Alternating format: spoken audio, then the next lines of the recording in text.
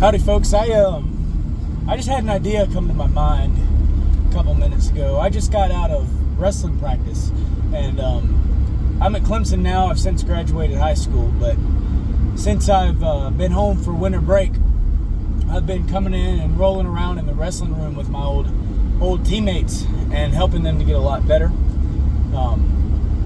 and helping coach them. And one of the things I thought about today, we did a little circuit activity thing where, we had 6 minutes doing a particular station. It was either drilling or live wrestling, or it was conditioning, right?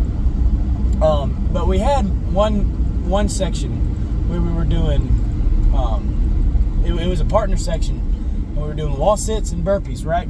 And so the wrestlers one of them would be wall sitting, and the other one would be burpeeing. And the one that's burpeeing would do 15, and then the one that's wall sitting would switch, right? And so what happened was, we had one guy that was kind of having a hard time. He got really tired because, we'd been going. We started with monkey rolls, went to live, did a bunch of drilling before we got to the station, right? And so now that I'm, graduated, I don't have to participate in the conditioning anymore or anything like that. And I noticed he was having a hard time. And I harkened back to something that used to always help me when I was wrestling. And this is a great philosophy for life as well, I believe. But it really helped me when I was wrestling. We had a guy that would come in, and he still comes in, but he came in and worked with me a lot of the time.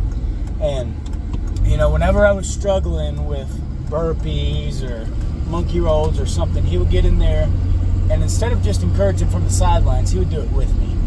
And that always gave me a boost of confidence, right? It gave me a little bit of belief that I can do it too. It doesn't matter that he's fresh, but someone else is willing to go through this suffering with me. And what it did is it made me better, but it makes everybody better, And so I called back to that in my mind, and I said, hey, I'll do your burpees with you. Because, we didn't want the other guy just sitting on the wall for 6 minutes straight. I said, I'll do your burpees with you. And I asked how many he had left. He had 10 left. So we did 10 burpees. And it went by a lot quicker than it would have if I'd never stepped in.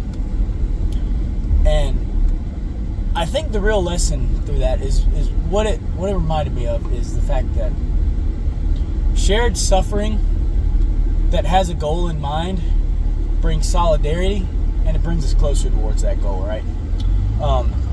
And this is like in the Christian life particularly, that's why we have the example of Christ on the cross. He was our suffering servant. He came and he lived and he suffered the death that we as sinners deserve. And these lessons, they really apply in our life everywhere. And I'm so grateful to God that even through times where I haven't been very faithful or obedient to Him, He's been able to show lessons that are true about the nature of obedience, the nature of growth. And it's just like muscles, muscles have to be torn apart for them to build themselves back up.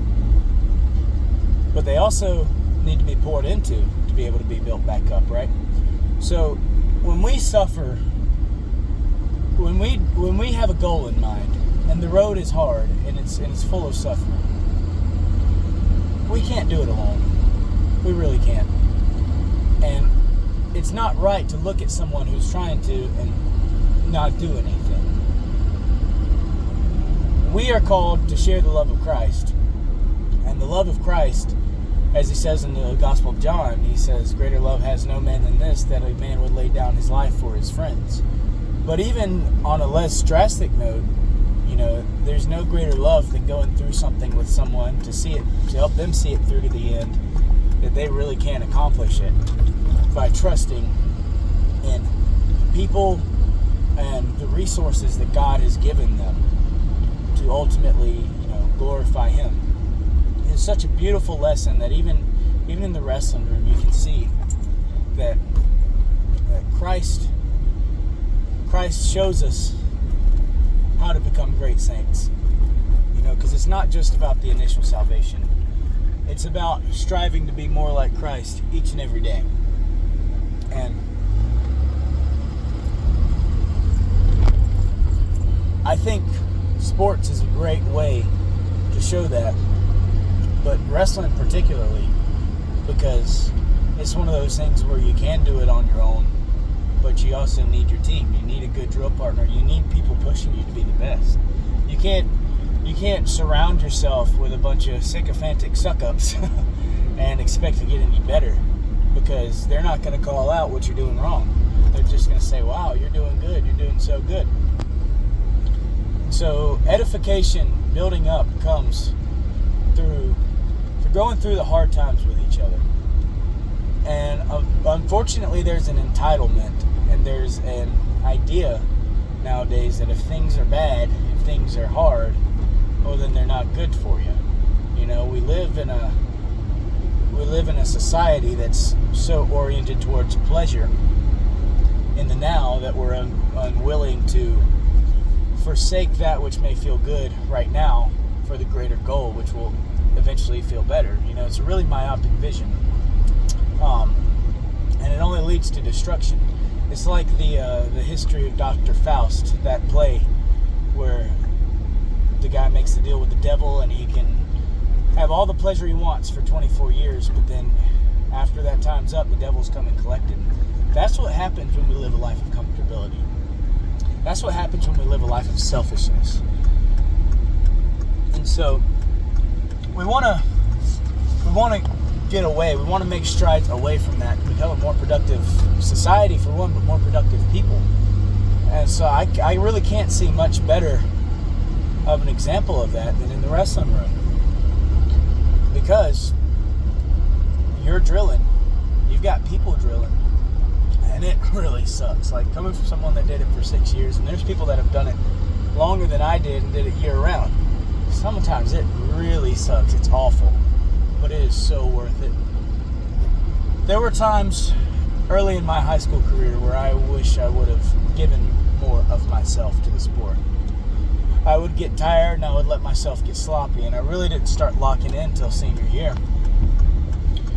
That was too late. And I want to warn everybody that it's never too late to lock in and follow your dreams, but it's better to start early. Because I tried to stay too comfortable for my first 3 years, and the best I finished was 3rd place in the state. And while that felt great, I guarantee it could have been 1st if I would have locked in earlier. If I would have pushed harder earlier. But we've got that problem, I think, as a whole. And that is a small anecdote from my personal journey. And if I could be completely honest, I probably wouldn't go back and trade it, because it taught me what I know now, and it taught me to be different.